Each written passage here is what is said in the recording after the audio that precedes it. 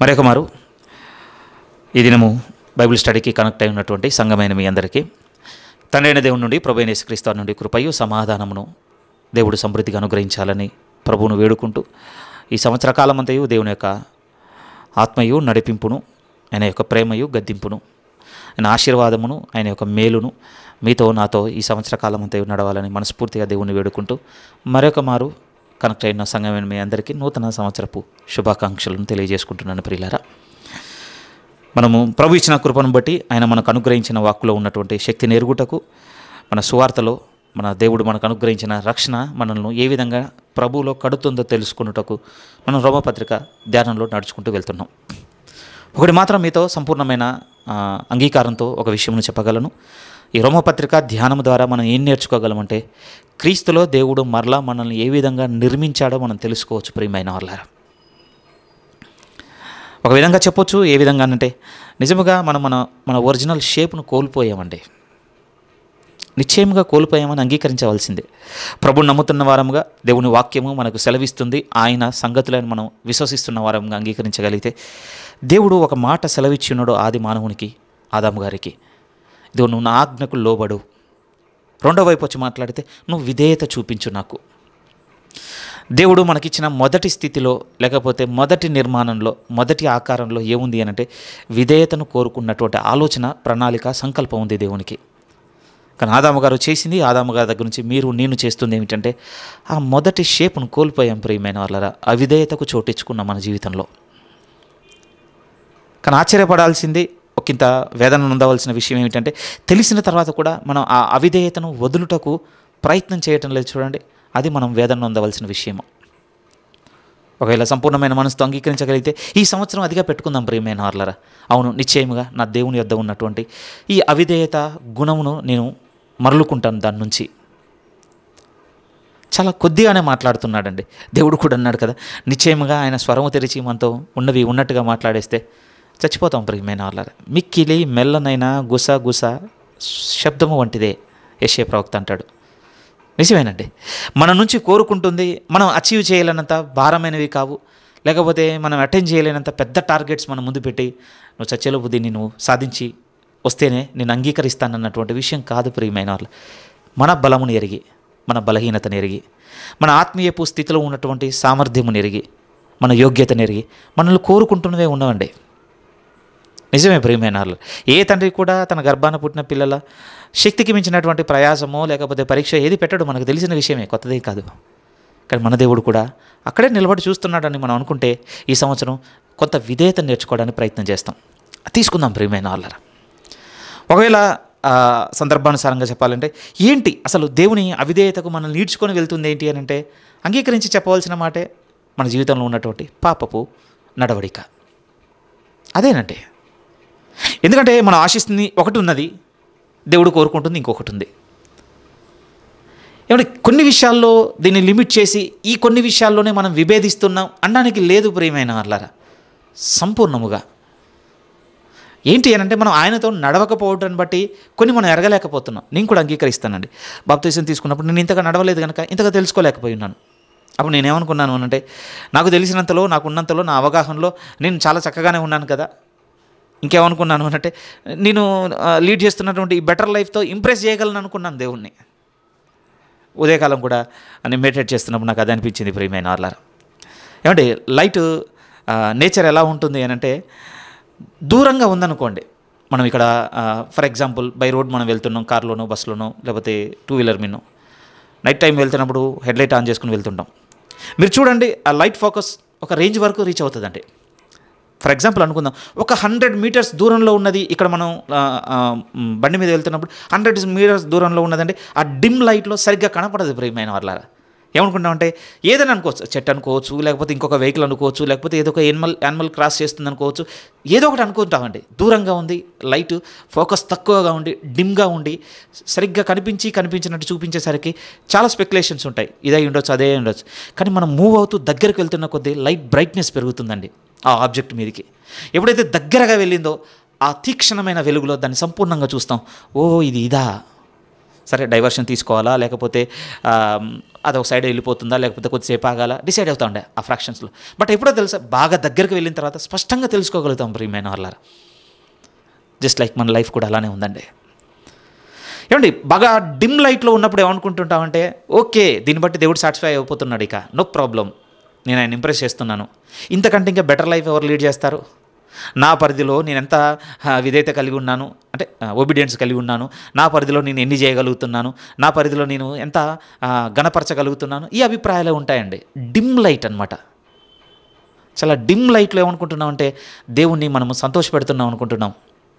కానీ ఆ బ్రైట్నెస్ మన మీదకి ఎక్కువ అవ్వాలంటే ఒకటే ఉందండి వే, ఆ లైట్ దగ్గరికి మనం చేరుకోవడం, అంతే కదా.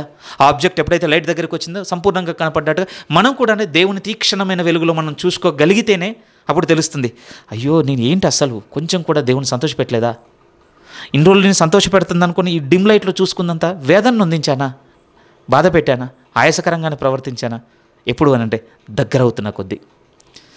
మేబీ అందుకోసమే పలుమార్లు దేవుడు మన దగ్గరికి వస్తున్నాడు ప్రియమైన వాళ్ళ, సంఘ రూపేణ, బోధ రూపేణ, వాక్యపట్నం రూపేణ, సేవకుని ఉపదేశ రూపేణ, ఇంకొకరు మన గురించి ప్రార్థన చేసే రూపేణ, లేకపోతే ఒక సహోదరుడు వచ్చి తన సంభాషణలో దేవుని గురించిన కొన్ని అనుభవాలు మనం పంచుకునే రూపేణ, ఏదో ఒక రకంగా అండి మన బాగా దగ్గరికి తెస్తున్నాడు లైట్ ఆయన వెలుగును. అప్పుడు మనకేమర్థం అవుతుందంటే, అయ్యో ఈ పాపమును బట్టే నేను చాలా విరోధముగా ఉన్నాను. దీని నుంచి అండి విడుదల కోసం ఇప్పుడు మనం చూస్తుంది ఇది ఉందని మీకు నాకు తెలుసు ప్రియమైన వాళ్ళారా. కానీ సొల్యూషన్ కావాలి, పరిష్కారం. ఆ పరిష్కారమే రోమపత్రిక 6 అండి, అంగీకరించగలిగితే. ఇందులో ఉన్నటువంటి పరిష్కారం ఏమిటి అంటే, దేవుడు మనం చేసిన పాపముల యొక్క ప్రతిఫలము, పెనాల్టీ, లేకపోతే ఆ అపరాధమును, నేరమును క్షమించడం మాత్రమే కాదు, ఇప్పుడు ఆయన ఒక అడుగు ముందుకేసి ఏం చేస్తున్నాడు, తన కుమారుని ద్వారా మనల్ని ఇప్పుడు ఆ పాపం నుండి విమోచించి ఉన్నాడు. ఇంకా గట్టిగా మాట్లాడుకోవాలనుకుంటే, పాపం యొక్క ప్రభావం కింద నుంచి, పాపం యొక్క శక్తి కింద నుంచి, పాపం యొక్క అధికారం కింద నుంచి మనల్ని సంపూర్ణంగా విమోచించి ఉన్నాడు, విడిపించి ఉన్నాడు. అది ఇలా జరిగింది అని 6వ అధ్యాయం ద్వారా పౌలు గారు స్థాపన చేసుకుంటూ వస్తున్నారు. చదువుతున్నప్పుడు కఠినమైన పదాలేనండి, అగ్రి చేయాల్సిందే. 6వ అధ్యాయం అలఫ్ సడన్ ఇలా మధ్యలో నుంచి తీసి మీరు చదివి చూడండి. అసలు ఈ గ్రంథకర్త ఏం రాస్తున్నాడు, ఎందుకు రాస్తున్నాడు, దేని గురించి రాస్తున్నాడు, ఏం చెప్పాలనుకుంటున్నాడు, సేమ్ నపుంసకుడి సందర్భంలానే ఉంటుంది. నిశ్చయంగా అలానే ఉంటుందండి. అసలు రోమపత్రిక అనే నిజంగా దేవుని పరిశుద్ధుల సేవకుల ధ్యానము మన జీవితంలోనికి రాకపోతే అసలు ఇది మొదలు పెట్టాలన్న మనసు కూడా రాదండి. కఠినంగా అనిపిస్తుంది. కఠినం అంటే ఎందుకు, ఒక్కొక్క వర్స్ నుంచి ఇంకొక వర్స్కి పోతుండగానే ఎంత జంప్స్ కనపడుతుంటాయంటే, ఎక్కడి నుంచి ఎక్కడికో కనెక్ట్ అవుతాడు, అక్కడి నుంచి ఇంకో దగ్గరికి ఎక్కడికో తీసుకెళ్తాడు. పేతురు గారు అన్న మాట ప్రియమైన పౌలు గారు రాసిన మాటలు గ్రహించడానికి కొంచెం కష్టమైనవి. నేను అది మెడిటేట్ చేస్తున్నానండి. ఈరోజు నా జర్నీలో మెడిటేట్ చేస్తున్నప్పుడు నాకేమనిపించిందంటే, ఎలా తెలిసింది అసలు పేతురు గారికి పౌలు గారు రాసిన ఈ మాటలు ఇలా అని ఎలా తెలిసింది? మనకు తెలుసు, హార్డ్లీ ఎంతగానో వాళ్ళిద్దరు కలుసుకున్నారంటే వెరీ ఫ్యూ టైమ్స్ అండి. పోనీ ఏమన్నా దినములు స్టే చేశారంటే, ఒక సంఘానికి పత్రిక రాసిన మేము మహా అంటే యెరూషలేములో ఒక 15 దినములు కలిసి ఉన్నామన్నట్టుగా రాస్తాడు. అంతకుమించి పెద్దగా టైం స్పెండ్ చేసింది లేదు ప్రియమైన వాళ్ళారా. ఇద్దరు కూర్చొని మాట్లాడుతారు. పేతురు గారు, ఇగో ఇవ్వండి నా ఆలోచనలు, ఇగో ఇవ్వండి నాకున్నటువంటి థీసిస్, నాకు పరిశుద్ధాత్మ ప్రేరణతో కలిగినటువంటి అవగాహన ఇదండి, ఇగో ఇవన్నీ నేను రాసి పెట్టుకున్నాను, ఇవి మీరు చూడండి. ఇప్పుడు అదే జరుగుతుంది కదండి. ఫర్ ఎగ్జాంపుల్ ఒక సేవకుడు బుక్ రాశాడు అనుకోండి, ఆ బుక్ రాసినటువంటి ఒక కాపీని పంపిస్తాడు ఇంకొక సేవకునికి, అయ్యగారు ఇది మీరు చదివి మీ ముందు మాట నా కొరకు రాయండి, నా పుస్తకాన్ని రిఫర్ చేస్తున్నట్టుగా. సేవకుని దగ్గరికి వెళ్ళగానే చదివే సేవకులు ఉన్నారు, చదవకుండానే సరే ఈ సేవకుడు చక్కగా రాస్తారు, ఏదో ఒక రకంగా ఈ పుస్తకం అద్భుతమైంది, బలపరుస్తుంది, అనేక విశ్వాసాలని దేవునిలో బలం కడుతుంది, సమూహం ఏదో ఒక ముందు మాట రాస్తారు. ఎందుకు? ఒక కాపీ చేరింది ఆ సేవకునికి. బట్ మీరు ఆలోచించండి, మనం మాట్లాడుకుంటున్న టైం ఎప్పుడో తెలుసా? 2000 సంవత్సరాల క్రితం. నేను అదే దేవుని మనసులో అడుగుతున్నా, ఎలా పౌలు గారు ఆ మాట రాశారు, ఏ విధంగా చేరి ఉండొచ్చు? నాకు ఒకటి అర్థమైంది ప్రియమైన, నాకున్న సోర్స్ ఏమన్నా ఉందంటే పరిశుద్ధాత్మ దేవుని ప్రేరేపణే కనపడిందండి. ఓకే, వినుండొచ్చు, పౌలు గారు వెళ్ళిన ప్రాంతాలకు పేతురు గారు కూడా వెళ్ళినప్పుడు ఆయన ఈ సంగతులు మాకు బోధించి మమ్మల్ని ఈ విధంగా స్థిరపరిచి ఉన్నాడన్నటువంటి మాట వినగానే ఇంత బలమైన ప్రత్యక్షత కలిగిందా ఈ సేవకునికి? ఆ సంగతులు వింటున్నప్పుడు నిజమే, మళ్ళీ ఈయన వెళ్ళినప్పుడు ఇది మేము ఆ రోజు మేము గ్రహించలేకపోయినాం, తర్వాత ధ్యానించినప్పుడు మాకు ఈ విషయాల పట్ల ఇలా అనిపించింది, దీని పట్ల మమ్మల్ని వెలిగించని మళ్ళీ పేతురు గారితో కొంత కాన్వర్జేషన్ వచ్చిండు, కొంచెం ఇమాజినేషన్, కొంత ఊహ తెచ్చుకుందాం అక్కడ. అలా అనిపించినప్పుడు పేతురు గారు కూడా అనుకోవచ్చు, అవును ఇంత బలమైన సంగతులు ఏ విధంగా మాట్లాడి ఉన్నాడు. అందుకోసం అనుకుంటాను తన 2వ పత్రికను రాస్తున్నప్పుడు అన్నాడు, ఆ సంగతులు గ్రహించడం కొంచెం కష్టమైనవి. ఏమన్నా ఓ విచిత్రమైనటువంటి భాష కూడా కనబడదు. దాన్ని విద్యా విహీనులు, అస్థిరులు బట్టి పాడు చేస్తారనేసాడండి పేతురు గారు. అంటే కొంచెం మాట్లాడాలంటే కొంచెం గ్రామటికల్గా కూడా కొంచెం సెన్స్, ఒక చదువుపరమైనటువంటి అవగాహన ఉన్నోళ్ళు చదవాల్సినటువంటి పరిస్థితి ఏర్పడుతుందన్నటువంటి ఒక మాట రాస్తే నాకు ఆశ్చర్యం అనిపించింది. ఎందుకంటే ఈరోజు భాష దాని యొక్క నమూనాలు తెలియకుండానే ఉపదేశంలో చాలా ముందుకెళ్ళిపోతున్న సమూహం కూడా కనపడుతుంది ప్రియమైన వాళ్ళారా. విమర్శ కాదు, కానీ నేనేం మాట్లాడడానికి ఇష్టపడుతున్నానంటే మనం చదువుతున్నటువంటి ఈ రోమపత్రిక ధ్యానము చాలా లోతైనది, భారమైనది, సేవకుల అనుభవంతో మనం తెలుసుకోగలిగేది తప్ప నాకు ఆలోచన కలిగింది, దీని నుంచి నేను ఇది గ్రహించేశాను, ఇది నేర్చుకున్నాను, దీన్ని నేను స్థాపన చేస్తాను, ఇది నేను ఎలా నమ్మేస్తానంటే కుదరదు అన్నట్టుగా మనం కూడా నేర్చుకోవాలి. సరే, ఇది ఇంట్రడక్షన్గా మీరు తీసుకోగలిగితే ఈరోజు ఈ 6వ అధ్యాయంలో ఉన్నటువంటి భాగమే. ఎందుకంటే మనం లాస్ట్ వీక్ కాకుండా బిఫోర్ లాస్ట్ వీక్ మనం మెడిటేట్ చేస్తున్నప్పుడు సడన్గా బ్యాటరీ షట్ డౌన్ అయిపోయింది. ఎండింగ్ కన్క్లూడ్ చేయకుండానే ఆపాల్సి వచ్చింది ప్రియమైన. దాన్ని కలుపుకొని ఈరోజు ఈ అధ్యాయము సంపూర్తి చేస్తానంటే ఈ 6వ అధ్యాయంలో మనం స్థిరముగా చూడబోతుంది ఏంటంటే, మళ్ళీ మీ హృదయంలో పెడుతున్నాను ఏంటంటే, పాపము యొక్క అధికారము కింద నుంచి ప్రభువైన యేసుక్రీస్తు వారు మనల్ని ఏ విధంగా విడిపించి ఉన్నాడో పౌలు గారు రాస్తున్నారు. ఇదే 6వ అధ్యాయంలో కనపడేటువంటి సారాంశం. ఫస్ట్ ఇది గుర్తుపెట్టుకోవాలి మనం. 6వ అధ్యాయం అనగానే మనకేం గుర్తు చేయాలంటే, పాపం యొక్క అధికారం కింద నుంచి ప్రభువు నన్ను ఏ విధంగా విడిపించాడో ఇందులో దేవుడు నాకు వెల్లడిపరిచాడు. దానికి కావాల్సింది ఏంటంటే ప్రియమైన ముందు విశ్వాసం ఉంచుట అండి. ఆ విషయం పట్ల నిజం, మనం విశ్వసిస్తేనే ప్రియమైన వాళ్ళారా మనం స్వీకరించగలిగితేనే కాపాడుకోగలము. అంతేనండి. దేవుని దగ్గర ప్రాసెస్ మాత్రం ఫస్ట్ ఫెయిత్కే. మనకు ఒకటి ఇస్తున్నాడండి స్వాస్థ్యముగా, ఒక విషయాన్ని ఇస్తున్నాడు. ఈ విషయాన్ని మనం కాపాడుకోగలవాలి అని అంటే మన దగ్గర ముందే ఉండాలి అంటే దాన్ని విశ్వసించాలండి. విశ్వసిస్తేనే స్వీకరిస్తేనే దాన్ని మనం నిలుపుకోగలము, కాపాడుకోగలం. అందుకోసం ఈ 6వ అధ్యాయంలో మనం విశ్వసించాల్సిన మొట్టమొదటి విషయం ఏంటంటే, అవును, యేసుక్రీస్తు ద్వారా దేవుడు నన్ను పాపం యొక్క అధికారం కింద నుంచి విమోచించి ఉన్నాడు. ఎందుకు ఇంత గట్టిగా మాటికి రిపీట్ చేస్తున్నాను అంటే, అవుట్ ఆఫ్ కాన్షియస్ లేకపోతే మీరు అవుట్ ఆఫ్ సెన్స్ ఏం చేయటం లేదండి. మనం పాపము నేను చేయొద్దనుకున్నా కానండి, అదే నన్ను ఈడ్చుకొని పోయి చేయించింది అనగలం అలా? లేదు ప్రియమైన వాళ్ళరా. అలా అయితే అందరూ సేఫ్ అయిపోయే వాళ్ళం. ఇప్పుడు అట్లా లేదండి. ఓకే ప్రియమైన వాళ్ళ, ఆ మూమెంట్కు బిఫోరో ఆఫ్టరో ఏమనుకుంటున్నాం తెలుసా?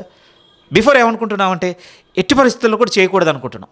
ఆఫ్టర్ ఏమనుకున్నాం, అయ్యో నేను చేసి ఉన్నాను, దేవుడు నన్ను క్షమిస్తే బాగుండు అనుకుంటున్నాం. కానీ ఆ మూమెంట్ మాత్రం ఏముందో తెలుసా అండి? కమిట్మెంటే ఉందండి సిన్కి. నేను మాట్లాడుతున్న మాట మీకు తెలుస్తుంది కదా. ఓకేనండి, మీ థింకింగ్ నా థింకింగ్ సేమ్ ప్లేస్లో ఉంది. బిఫోర్ మీరు ఏదో ఆలోచిస్తున్నాను, నేను ఏదో ఆలోచిస్తున్నాను. ఆఫ్టర్ ఏదో సేమ్ ఉంది. బిఫోర్ ఆఫ్టర్ ఏమున్నాయి? బిఫోర్ ఏమో చేయొద్దు, మంచి ఎంపిక. ఆఫ్టర్ ఏంటి? అయ్యో దేవా నేను చేసి ఉన్నాను, నన్ను క్షమిస్తావా. ఈ రెండింటి మధ్య ఒక సందర్భం ఉంది. ఏంటి సందర్భం? సిచ్యువేషన్, ఒక రైట్ మూమెంట్ ఉంది. ఆ మూమెంట్ ఎదురవ్వగానే అది ఏదో రూపైన ప్రియమైన వాళ్ళరా దుర్భాషలు ఆడుతున్నాం, లేకపోతే టెంపర్ అవుట్ అవుతున్నాం, డిసోబీడియంట్ అవుతున్నాం, కేర్ చేయటం లేదు, విధేయత చూపించడం లేదు, లేకపోతే ద్రోహం చేస్తున్నాం, అన్యాయం చేస్తున్నాం, ఏదైనా కావచ్చు. అది ఆ ఒక్క మూమెంట్ కోసమే. ఆ ఒక్క మూమెంట్ అని అదేదో మనం ఈడ్చుకొని పోతుందిగా లేదండి, మన సమ్మతితో ఉన్నట్టుగా ఉంది. కానీ పౌలు గారు ఏమని రాసుకుంటూ వస్తున్నారు ఈ అధ్యాయంలో అంటే, ఇప్పుడు అది మనల్ని ఈడ్చుకొని పోకుండా చేసి ఉన్నాడు ఆయన. అదే అన్నాడు 6:14. 6:14 స్థాపన చేసింది. మళ్ళీ చదువుతున్నాను, మీరు కృపకే కానీ ధర్మశాస్త్రమునకు లోనైన వారు కారు గనుక పాపము మీ మీద ప్రభుత్వం చేయదు. ఎందుకు చేయలేకపోతుంది పాపం మన మీద ప్రభుత్వం? ఎందుకు చేయలేకపోతుంది అంటే, మనము చనిపోయాము కనుక ఇప్పుడు దాని ప్రభుత్వం లేదు మన మీద. మనలో కూడా అండి బతుకున్నప్పుడు అండి అన్నీ అప్లికేబుల్ అండి, ప్రభుత్వ సంబంధమైనవి. గుర్తింపుల కార్డు కావచ్చు, లేకపోతే బ్యాంకు కావచ్చు, లేకపోతే ఎల్ఐసీలు కావచ్చు, లేకపోతే ఇక ఎనీథింగ్ అన్నీ మన హక్కు దగ్గర నుంచి మొదలుకొని మన చరస్థిరాస్తుల వరకు ప్రియమైన వాళ్ళ ప్రభుత్వం ఎప్పటి వరకు మన మీద క్రియ చేస్తుందంటే మనం బతుకున్నంత వరకు. ఒక్కసారి చనిపోయామా హక్కు లేదండి, హక్కు లేనే లేదు. చాలామంది కొన్ని స్కామ్ల గురించి మాట్లాడుతుంటారు ప్రియమైన వాళ్ళ. బ్యాంక్ సంబంధమైన కూడా ఎలా ఉంటాయి అని అంటే, ఎప్పుడో చనిపోయి ఉంటారట, డిస్క్లోజ్ చేయకపోవడం వల్ల వాళ్ళ అకౌంట్, ఇంకా వారి కుటుంబ సభ్యులు వారి బంధువులు ఏదో రూపేనా ఇంకా దాన్ని వాడుతున్నారటండి. చలామణిలో ఉందంటే ఉంది. ఎందుకు చలామణిలో ఉంది? వారు చనిపోయినట్టుగా ఆ ధృవీకరణ పత్రము సబ్మిట్ చేయకపోవడం వల్ల ఇంకా ఏమనుకుంటుందంటే ప్రభుత్వ సంబంధమైనటువంటి నియమాలు ఏమనుకుంటే, ఓకే వీళ్ళు ఇంకా బతికి ఉన్నారు కనుక అకౌంట్ క్లోజ్ చేయకండి, ఇంకా రన్నింగ్లోనే ఉన్న అకౌంట్ కదా కొనసాగనివ్వండి. అలా వాడుతున్న వారు ఉన్నారండి. కానీ ఒక టైం తర్వాత ప్రభుత్వం రియలైజ్ అయింది, గైడ్ లైన్స్ మార్చుకుంది. అందుకోసం చూడండి, ఎవ్రీ ఇయర్ లేకపోతే ఎవ్రీ 2 yearsకి ఒకసారి ఆర్బీఐ గైడ్ లైన్స్ అని రిలీజ్ చేస్తూనే ఉంటారు ప్రియమైన వారు. ఏంటి ఇట్లాంటి లూప్ హోల్స్ అన్ని క్లోజ్ చేసుకుంటూ ఎక్కడ తీసుకొచ్చారు అని అంటే ఒక ప్రాపర్ సిస్టమ్ని బిల్డ్ చేస్తున్నారండి. సరే, ఈ విషయం మీ ప్రస్తావనకి ఎందుకు తీసుకొస్తున్నా అంటే బతుకున్నంత వరకే ఒకటి ప్రభుత్వం చేయాలి అని అంటే దానికి ఆ బలం ఎప్పటి వరకు అంటే బతుకున్నంత వరకే. కానీ చనిపోయిన తర్వాత అన్నీ క్లోజ్ చేయాల్సిందే, తప్పదిక. ప్రభువు కూడా అదే అంటున్నాడు.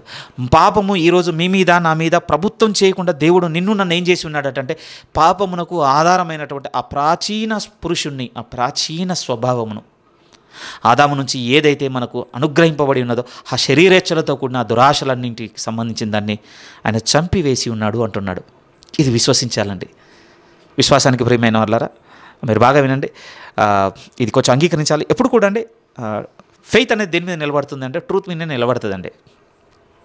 ఒకవేళ అనుకుందాం విశ్వాసం అనే దాన్ని ఒక స్ట్రక్చరు లేకపోతే ఒక నిర్మాణం అనుకుంటే అది నిలబడే ఆధారము బేస్ ఏమిటి అంటే ట్రూత్ అండి, అంతే. సత్యం మీద మాత్రమే నిలబడగలదు.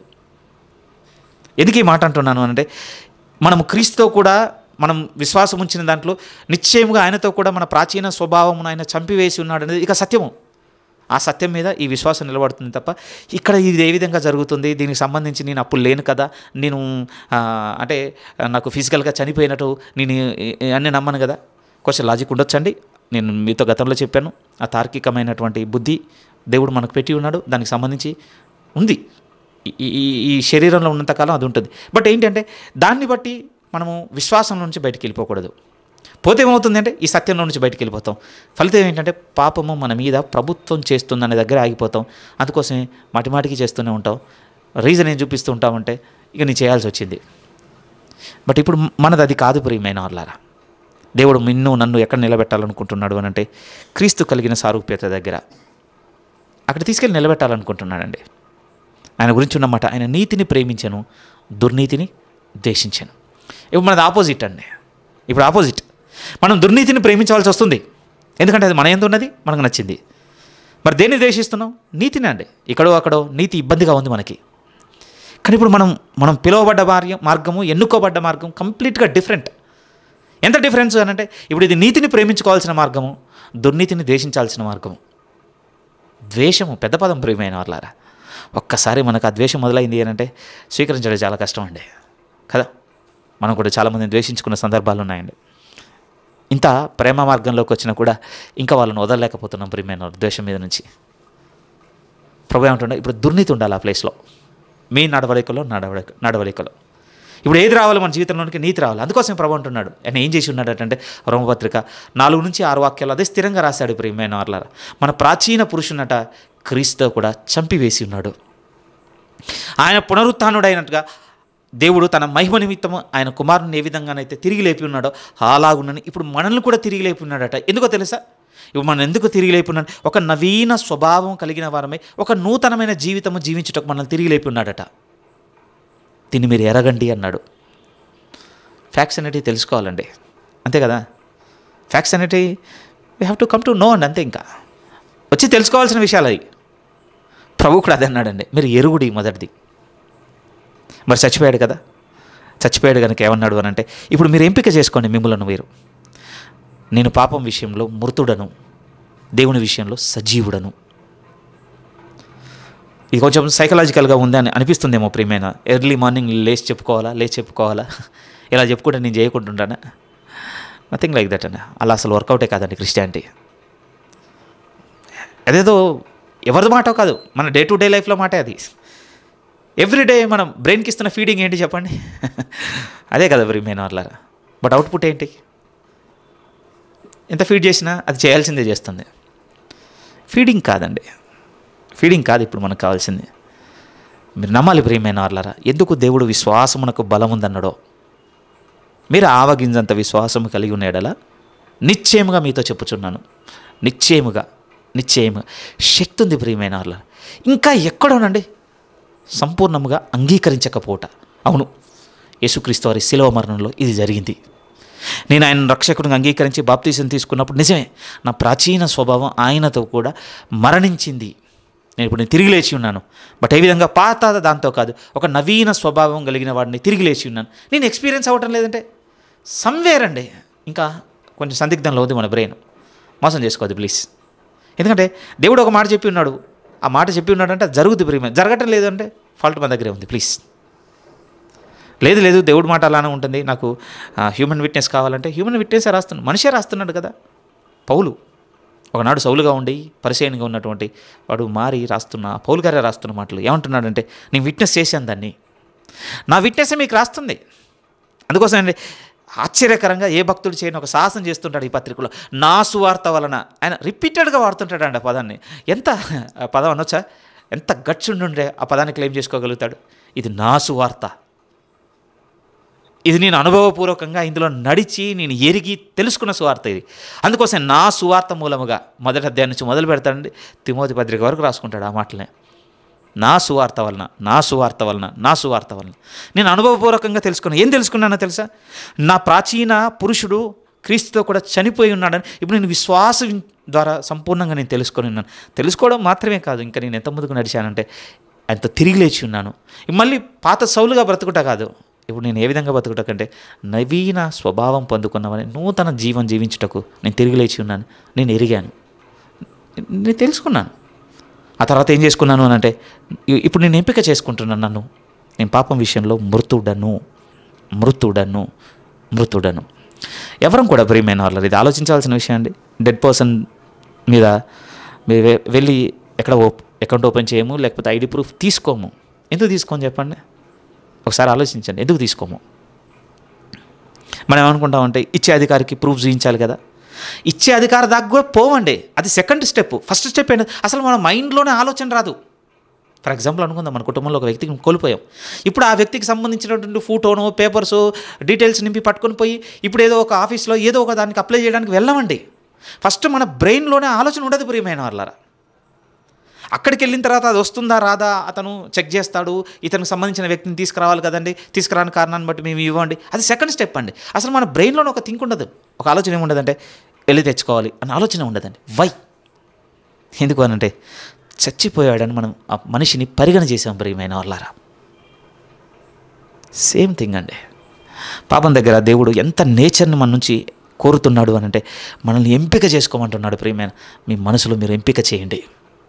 11 అదే ఉందండి, 6:11 ఒకసారి చదువుతున్నాను చూడండి. 6:11 ఏమనుంది, అటువలనే మీరును పాపం విషయమే మృతులుగాను దేవుని విషయమే క్రీస్తు యేసునందు సజీవులుగాను మిమ్మును మీరే ఎంచుకోనండి. ఇది రావటం లేదు అనంటే ప్రభు ఇక నేను రాలేకపోతున్నాను ప్రార్థనలో గోచాటే. నిజమే ప్రియమైన వాళ్ళు, ప్రభుని అంగీకరించిన దగ్గర నుంచి నేను ఏ రోజు కూడా రోమా 6:11 ఎత్తి పట్టుకుని ప్రార్థనలు నేర్చుకోలేదండి కొన్ని సంవత్సరాల వరకు. బహుశా ఆఫ్టర్ కరోనా స్టార్ట్ చేసి ఉండొచ్చు నేను ఆ ప్రార్థన సేవకుల నోట విన్న తర్వాత. మీరు ఒకసారి ఆలోచించండి, మీ అనుదిన జీవితంలో ఎప్పుడైనా రోమాపత్రిక 6:11 ఎత్తి పట్టుకొని ప్రార్థన చేసిన అనుభవం ఉందా ప్రియమైన వాళ్ళారా? నేను లేకుండా ఒకటి మాట్లాడింది దేవా నాతో, నేను మృతున్నది కానీ నేను బయటకు వచ్చి చూస్తేనేమో సజీవునిగా ఉన్నాను, చేయాల్సిన అన్నీ చేస్తున్నాను. ఎందుకు ఇది జరిగింది, ఎందుకు ఈ వాక్యపు నెరవేర్పు నాలో కనపడ్డ ఎత్తి పట్టుకొని అడగలేదు ప్రియమైన వాళ్ళారా. నేను మనల్ని మనం సరి చేసుకునే మార్గంలో గురించి మాట్లాడుతున్నానండి. ఆ తర్వాత మూడో మాట ఏమన్నాడు అనంటే నిశ్చయంగా చెప్తున్నాడు, పాపం యొక్క అధికారం కిందికి వచ్చేటప్పుడు ఇప్పుడు ఏమంటున్నాడు అంటే, మీరు మరణించారు కనుక, మీరు పాపం విషయంలో మృతులుగా మిమ్మల్ని మీరు ఎంచుకున్నారు కనుక ఇక మళ్ళీ మీ శరీరమును దీని అవయవములను పాపమునకు లేకపోతే దుర్నీతికి సాధనములుగా మీరు వాడద్దు. అప్పగించుకోవడానికి హక్కు లేదు మీకు. ఇప్పుడు ఇక అప్పగించుకోవడానికి దేనికి హక్కు ఉంది అని అంటే నీతికి మాత్రమే, నీతికి దాసులుగా అప్పగించుకోవడం మాత్రమే హక్కు ఉంది. ఇదేంటి కొత్తగా హక్కు పదం గురించి మాట్లాడుతున్నాం అంటే ఈ 6వ అధ్యాయం ఇక సెకండ్ పార్ట్ అంతా అదే రాశాడు ప్రియమైన వాళ్ళారా. క్రీస్తులో మనల్ని పాపం యొక్క అధికారం కింద నుంచి విడిపించుటకు ఆయనతో పాటు మనల్ని కూడా మరణింపజేసి ఆయనతో పాటు తిరిగి లేపి ఒక నూతన స్వభావంతో మనం నిలబెట్టాడనేది స్థాపన అయితే, దానికోసం దేవుడు ఏం చేస్తున్నాడంటే ఇప్పుడు మిమ్మల్ని విడిపించినటువంటి మీ క్రీస్తుతో ఇది మీ రిలేషన్ అని ఇప్పుడు మనం తెలుసుకోవాలి. ఇప్పుడు యేసుక్రీస్తు వారితో మన రిలేషన్ ఏంటి, ఈ రిలేషన్షిప్ అర్థమైతేనే మనం సెట్ అయిపోతుంది ప్రియమైన వాళ్ళారా. అందుకోసం పౌలు గారు తీసుకున్నటువంటి 2 ఉదాహరణలు ఏమిటి అంటే, ఇదిగో నేను మీ బలహీనతను ఎరిగి మానవ సంబంధిగా మాట్లాడుతున్నాను. ఇప్పటి నుంచి యేసుక్రీస్తుకు మనకున్నటువంటి రిలేషన్ ఏ కొలతలో చూద్దాం అంటే మొదటిది అన్నాడు, ఆయనను యజమానునిగా చూడండి, మిమ్మల్ని దాసులుగానే చూసుకోండి. ఇదేంటి, నాకు ఫ్రీడమ్ ఇచ్చేసిన తర్వాత నన్ను ఒక పెద్ద సింహాసనం మీద కూర్చోబెట్టి నన్ను రాజులా చూసుకోవాలి కదా, దాసుని చేశాడేంటి అని ఒకవేళ మనం అడిగితే, పాపం మాత్రమే మనల్ని సింహాసనం మీద కూర్చోబెట్టిందని చేస్తున్నప్పుడు కాదు కదా, ఇంకా నిశ్చయమైన దాసుల్ని చేసిందండి. నిజమే, దానికి ఉన్నటువంటి ఆ ప్లెజర్ని బట్టి మనల్ని కొంచెం సింహాసనం మీద కూర్చోబెట్టినట్టుగా ఉండొచ్చు. కొంచెం అర్థం కావడానికి రిలేటబుల్గా ఉన్నటువంటి ఒక దాన్ని తీసుకొస్తాను. ఈరోజు డ్రగ్ ఉందనుకోండి, డ్రగ్స్. అంటే తీసుకున్నప్పుడు ఎలా ఉంటుందో తెలుసా? తీసుకున్నప్పుడు అది ఇచ్చేటువంటి మంతు మనం తీసుకెళ్ళి సింహాసనం మీద కూర్చోబెట్టింది అన్నట్టుగా ఉంటుందండి. కానీ వాస్తవమైన యథార్థత ఏంటో తెలుసా? అది చేసినంత బానిసత్వం, అది చేసినంత దుర్మార్గం, అది మన దేహమును పాడు చేసినంతగా ఇంకేది కూడా పాడు చేయటం లేదండి. మీకు నాకు తెలియదేం కాదు. ఎందుకు ఈరోజు ప్రభుత్వాలన్నీ కొన్ని నియమాలు మార్చుకొని కొత్త రూల్స్ తీసుకొని వచ్చి ఏ విధంగానే సరే ఈ డ్రగ్స్ని మనం అరికట్టాలని ఎందుకు ఇంత పోరాడుతున్నారు? దాని పర్యావసానం అలా ఉంది ప్రియమైన వాళ్ళరా. కానీ తీసుకున్నప్పుడు ఎలా ఉంది చెప్పండి? అది ఒక సింహాసనం మీద కూర్చోబెట్టింది అన్నటువంటి అభిప్రాయం అలానే ఉంటుందట, మత ఫీలింగ్. కానీ బయటకు వచ్చిన అవుట్పుట్ ఏంటి? మనం చూడందా, మనం తెలుసుకోందా, మనము ఈ రీహాబ్లో ఒక్కొక్కరి అవస్థ తెలుసుకోందా అక్కడ ఇక్కడ వింటూ.